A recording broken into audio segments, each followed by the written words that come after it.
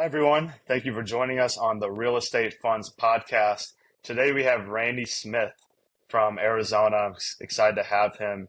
He spent 25 years in sales and now has gone full time into real estate, helping investors generate passive income. So excited to have Randy Smith on the show.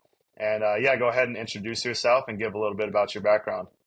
Yeah. Thanks so much, Weston. You kind of hit the high level overview, but yeah, I spent 25 years in corporate America sales and sales leadership roles, primarily in very large Fortune 100, Fortune 200 organizations. First, probably 10 or 12 years of my career was in an environmental services company, and I led teams of salespeople that were selling environmental services, trash service, to small and medium-sized businesses. And I ended up actually getting laid off from that role. And fortunately, I ended up having about a 6-month severance. So it gave me a little bit of time to find the next role. But I can tell you, it was an extremely stressful time because I did not have anything to fall back on like I was able to finally put in place in my next 10 years. So fortunately, as luck would have it, I would actually land at another great organization, had another great 10-year plus career there. But this time I took a little bit different approach to investing, and I started investing in real estate about 5 years before that second layoff or that second pink slip came. Fortunately, this time I had enough income to offset my personal expenses, so I didn't have to go back and chase the W-2 anymore. So that's kind of my short story on how I got into the space. Cool. Well, thank you for sharing. And it seems like you started, 5 or 6 years ago by yourself, and you wanted to test the waters yourself, and now you're helping other people do the same. And so, what do you exactly provide to investors, and how do you add value to them? Yeah, so my experience in real estate is I took the route that many people take, and I jumped in and did single family out of state rentals. As you mentioned, I'm here in Arizona, and the math just doesn't work to buy single family here locally in cash flow. So I bought a number of houses in Kansas City. I bought a bunch more in Atlanta, and I found out very quickly that the minimal cash flow that I was getting from those investments was nowhere near what I needed to offset my W-2 income. So I started looking at bigger projects and specifically was going to buy multifamily value add, but found out very quickly that I was not skilled enough to do that. I didn't have the expertise. And it's one thing to kind of stumble your way along and figure things out when you're writing $25,000 or $50,000 checks. But when you've got $1 million, $2 million on the line for some of these assets, I decided very quickly that I needed to start investing with other folks. So I went out and I found some operators that were very well skilled in this, had high expertise, had big track records, and I started placing capital with them. And I fell in love with that syndication passive investing space very, very quickly. And I ended up essentially selling all the single families and then putting, essentially every time I got a bonus check, I'd put another 25 or 50 grand into more deals to this point where I think I had invested in 12 or 15 deals by the time I got laid off. But I took a look and I took a step back and realized that I had actually gained some expertise in vetting operators and finding good passive investment opportunities.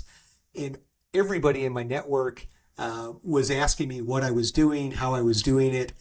Why was I not stressed out of my mind looking for another job?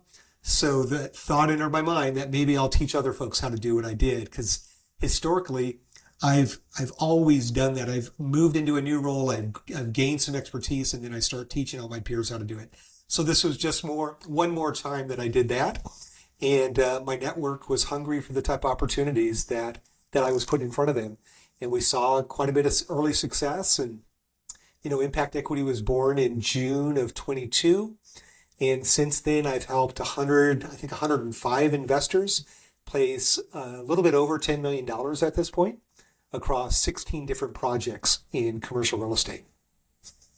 Yeah, I think it was six. I think 6 million last year, maybe 6 months ago, where it was, you've grown quite a bit in the last 6 months. So yeah, you mentioned you sold your single family, and most of your money is probably in the passive space. alongside your investors. So is that one of your values, is to invest alongside your investors, a significant amount of your money, so you just get alignment of interest with them? I think there's certainly something to that, and the question is often asked if the operator is heavily invested in the deals. Unfortunately, I actually invested probably too much early on and was writing too big of checks in my own deals. So 16 deals later, cash flow has not allowed me to continue investing in every deal, but I certainly put every dollar I can in the space. And I hold about 70% of my personal net worth in commercial real estate, primarily in my own deals. But there are deals, unfortunately, that I have to pass on just for cash flow reasons at this point. Yeah, it's good to hear that you have most of your money invested alongside people, because that just makes them trust you even more. And I'm sure that's what you mentioned to them. So yeah, you invest with different operators, around the country. So what is your process for vetting different operators and the markets that they invest in? Yeah, so it's this has been a process that's evolved quite a bit over the years.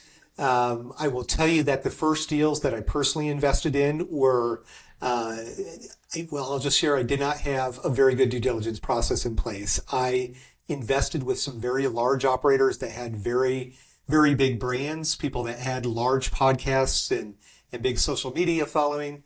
And I wrote some pretty big checks to some of those operators early on. We won't say who they are, but I'm sure you and all of your listeners know the different operators that I'm talking about because they've got pretty big brands.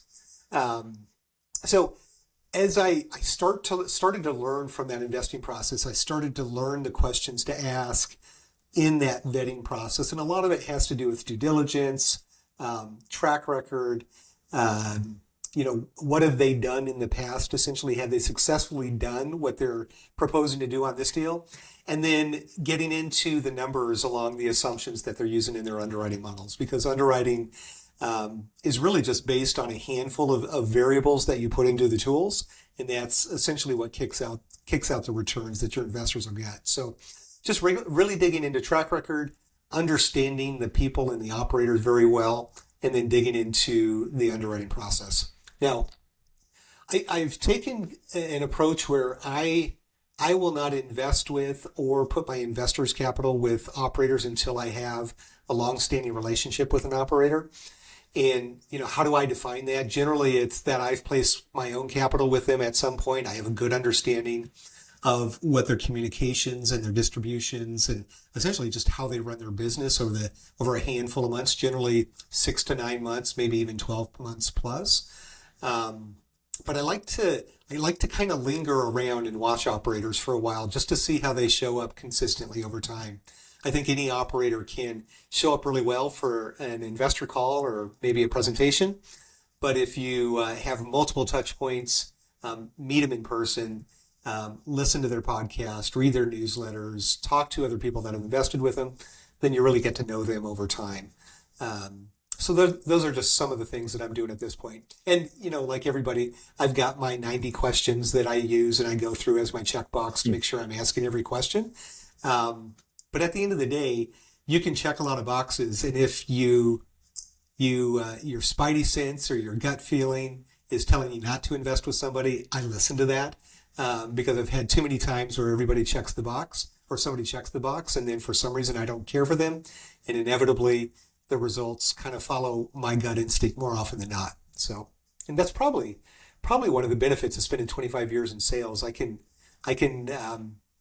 like I can figure people out pretty quickly after, having thousands and thousands of face-to-face meetings with folks and phone meetings over the last 25 years. Yeah, of course. So yeah, you mentioned 90 questions that you ask different operators. What do some of those questions include? Yeah, so I think it's important to look at going in and exit cap rates. That tells a lot about how the underwriting is being done. If you see cap rates that are exit cap rates that are smaller significantly than the going in cap rate, that's always a big red flag. I like to dig into how especially these days, how insurance and taxes are being calculated and where those numbers are coming from. I spend a lot of time taking a look at where are their rent comps coming from, because it's really easy to go out there and find, 2015 properties and compare them to your 1980s property and show that there's a big opportunity to increase rents. But when you really look at apples to apples in that space, that's what's going to determine how successful you're going to be in raising rents. I like to dig into the track record quite a bit. I think it's interesting too, where you get a lot of folks, especially over the last 5 years or so, they had a lot of success, but they never weathered any difficult or challenging times. So I like to see folks with longer track records over, sometimes multiple decades, to see that they went through 2008, to see that they maybe went through, 2000, early 2000s. I like to see those kind of things. But yeah, I mean, the list kind of goes on and on and on. There's a number of different angles that we look at. And I think it's important to partner with somebody that knows what questions to ask, or at least get some guidance or direction from them. Yeah, so you invest a lot outside of your own market in Phoenix. So how do you analyze a market when you're not from there? Or, do you just rely up on the operator, or what's your process like there? Yeah, it's interesting. You want to look at economic trends. So you want to look at population growth, income growth, housing growth, industry diversification. You want to look at crime levels. There's a lot that you can do, and a lot of research you can do to do research on actual markets, or right down to the zip code. There's a great site called city-data.com where you can really get into the weeds and take a look at all of those. And I sat through a training it was probably 5 years ago, where Neil Bawa walks through there's 8 different metrics that he likes to look at to determine what markets are the most feasible and the most advantageous to jump into. And, at one point I actually did the research on over 80 different markets in the United States and kind of came down to a small handful of markets that I wanted to focus on. And I've gone real big on those markets since that point. So that's kind of been my process there. Yeah. Yeah, do you look at supply and demand too? Because, there's population and job growth and also job diversification. Like Yep. Phoenix is it's pretty diversified. It's kind of an overpriced market right now. But, Yep. Vegas is highly reliant upon entertainment. And I just read a market beats report, which is basically a market report from the company I work with, Cushman Sure. Wakefield, and they analyze markets nationally, and they said that the Sun Belt markets had 3 times more multifamily development than other parts of the country. Yep. So, what's your process with looking at supply and demand and kind of comparing that with the population growth and also the job growth? Yeah, really, really good question. I think a lot of that, specifically being here in Phoenix, we had a very, very large number of new starts a couple of years ago, and that's actually turning into new doors that are becoming available and impacting rents pretty significantly here in Arizona. Vegas actually got hit pretty hard. A lot of the Sun Belts did. So yeah, I mean, basic supply and demand fundamentals apply to this, just like they do, any kind of market segment. And it's important to look at that. I think that the trends we're seeing now is that starts will likely start to drop off, or not starts. Starts did drop off, but actually, new product coming on the market will start to drop off towards the end of this year, early next year. So we're going to see a lull again, where we should see things stabilize, which should have a positive impact on our average rents. So. Yeah, I think it's important to look at those. The guys with the economics degrees that are watching the trends are much smarter probably than you and I, Weston. So it's important to watch those guys and follow their lead.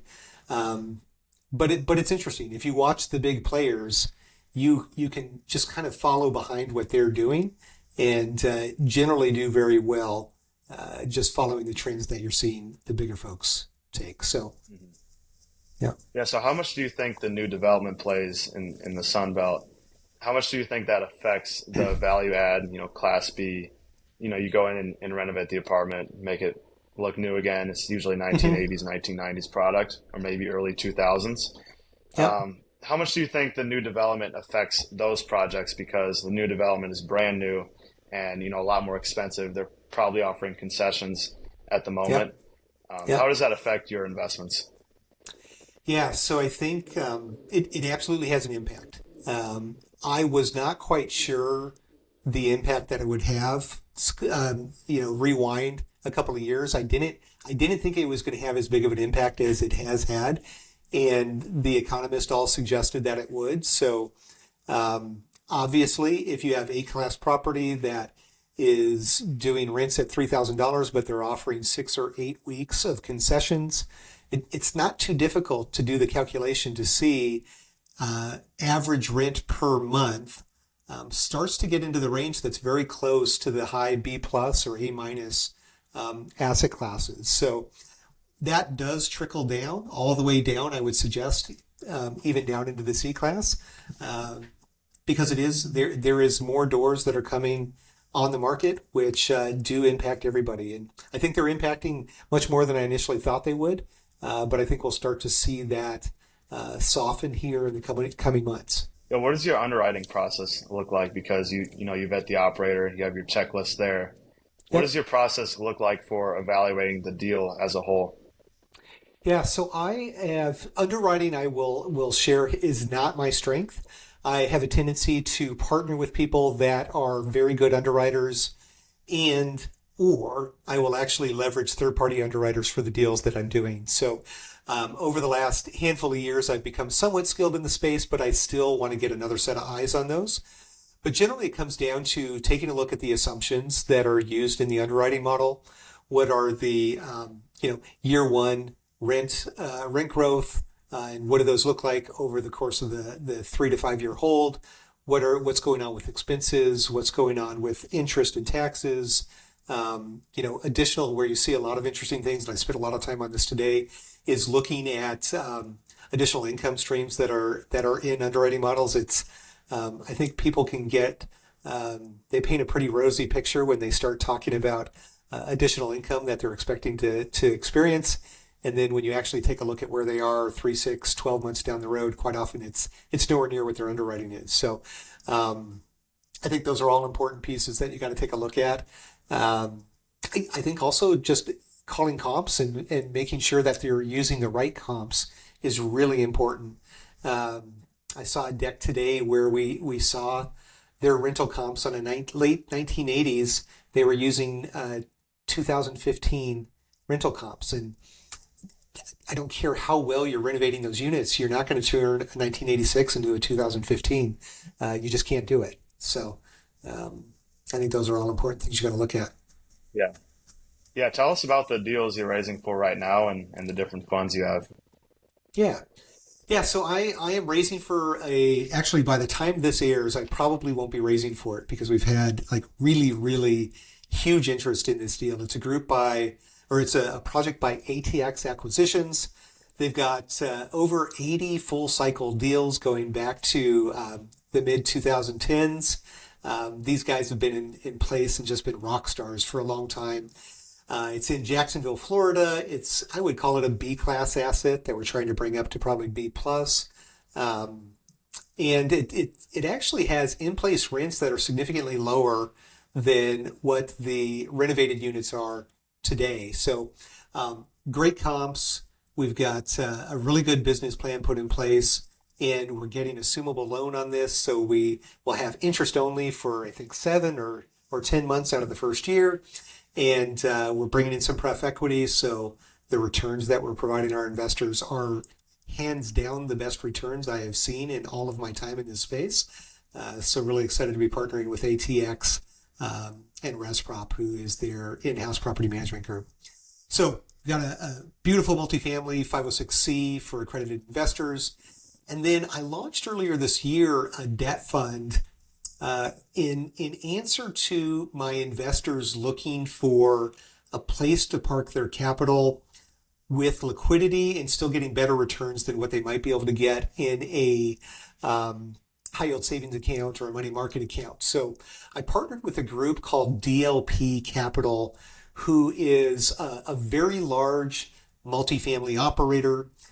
They started as fix and flippers in the residential space and gradually grew into very high-end luxury fix and flip, and then small multifamily, then large multifamily, then development.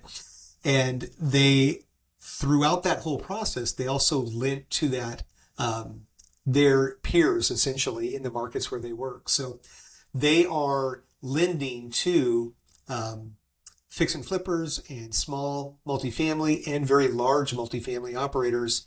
And we're able to provide our investors over 8.25% return on a monthly basis, 8.25% annualized on a monthly basis.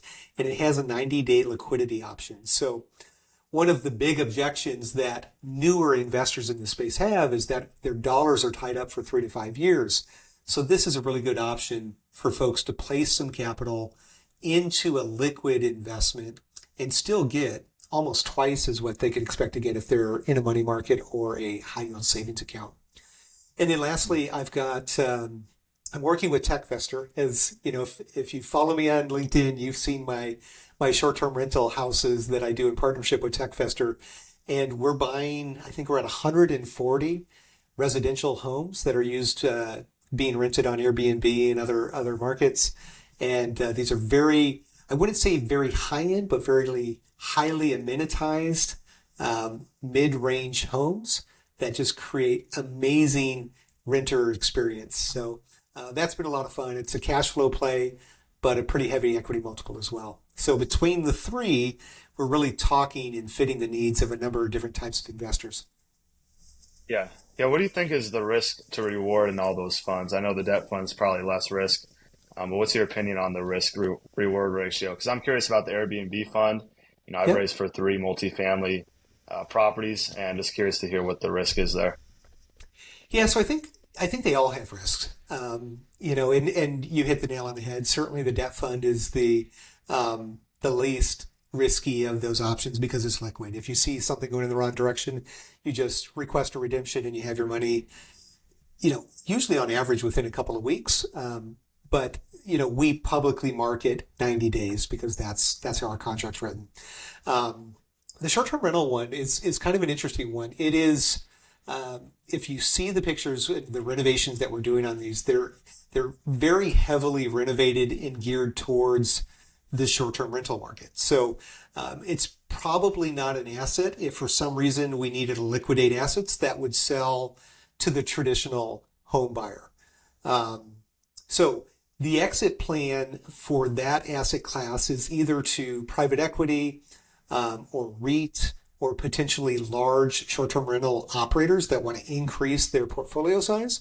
So it's likely a little more risky than a multifamily value add deal because the value add is done through the business model of creating these very unique and specific type of assets. So I think short-term rental is likely a little bit more risky. And because of that, we have significantly higher cash flow to the point where we're probably going to be at 10% cash on cash before we're halfway through year 2 on this. So significantly higher cash on cash with the same or better equity multiple that you might expect to get through a multifamily offering. Yeah, and how's that fund structured? Is it open-ended? Investors can come in and out at any time. Not in and out at any time, but they invest now and get access to the previous deals that Yeah. TechVestor has done. And how does that work exactly? Yeah, so an investor today would get access to all of the assets and the gains of all of the assets in Fund 2. We launched Fund 2 in, I think it was January of 2023, and this one will likely stay open through the end of 2024. So investor A, who invested in January, their preferred return started accruing the day they invested, and each quarter we pay out distributions based on when those dollars came in. So investors in our first tranche are getting significantly higher returns because they've been in the fund much longer. It is to a certain extent a blind fund because we don't identify the assets on the front end, but we have very clearly identified what type of assets we're buying in what markets, and it's less blind. The beautiful thing with what TechVestor is doing is they're two folks that came from a technology background. So they're really integrating technology with real estate, and they're analyzing thousands of properties. And as they raise more capital, They buy the absolute best properties that they can turn into their ideal type of investment and customer experience, renter experience.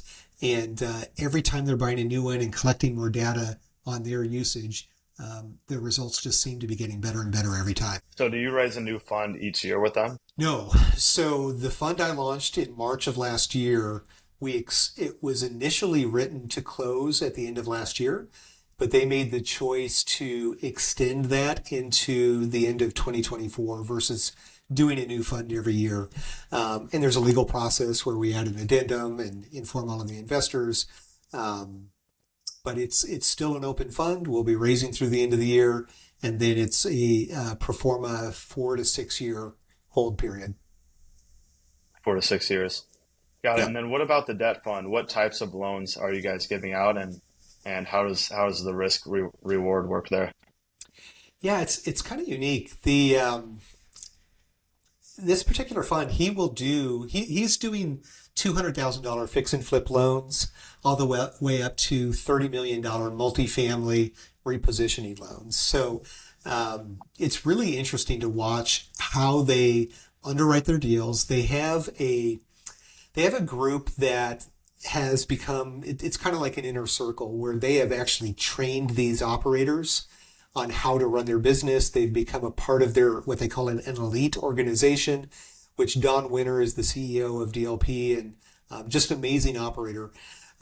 So it's a small group of operators that they have very strong, long-lasting relationships with, and they only work with operators that operate in their markets where they already operate, and they will only lend on assets that they are willing to take over if for some reason the loan were to go bad. And this particular particular offering has been in place for almost 10 years now, and the fund has never lost a single dollar of interest income or principal return. So it's a very, very impressive group.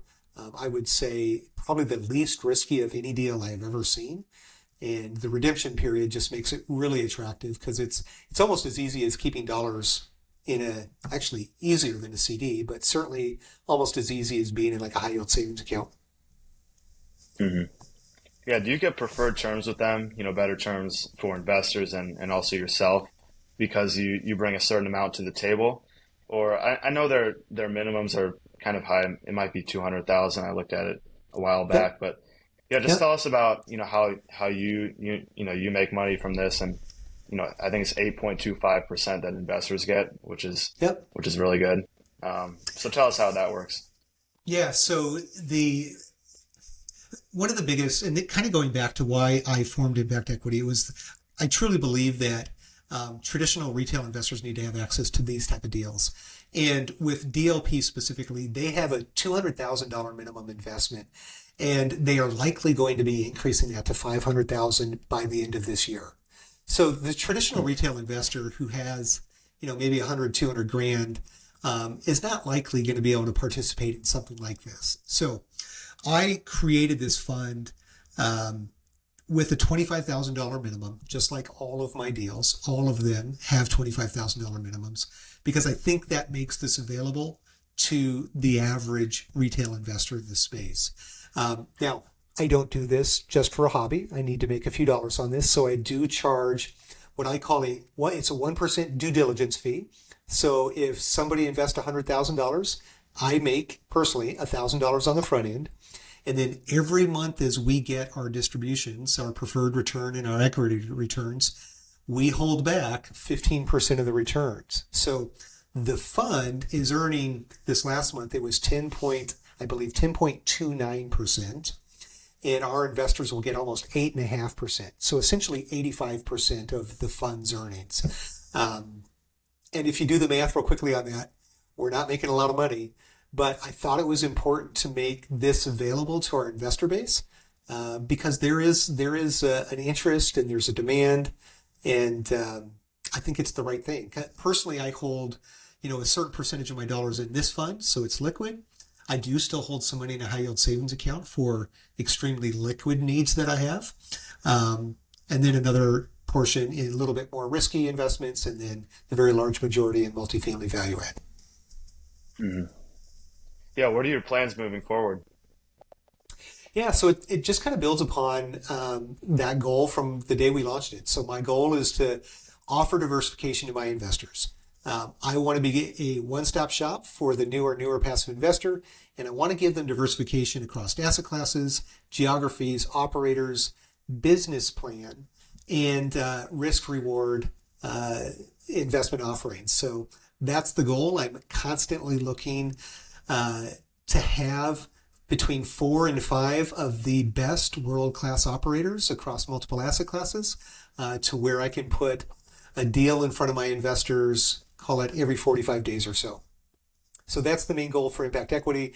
I've had, as I mentioned to you before, kind of my passion has always been like becoming good at something and then teaching other people how to do it. So I'm teaching other people how to do what I've done with impact equity now, and yeah, I'll just continue to grow on both angles there.